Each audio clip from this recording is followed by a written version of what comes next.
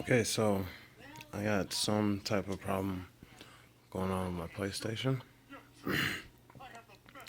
It's making a very, very weird noise whenever I go to power it on. 1 second and I shall show you.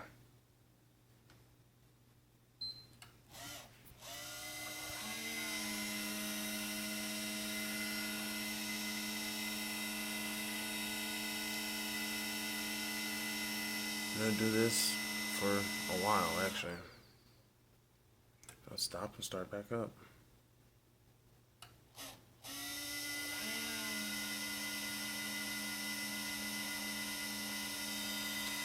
And then usually I just give it a little love tap and it stops. But if you guys could tell me and let me know what's up, that'd be what's up.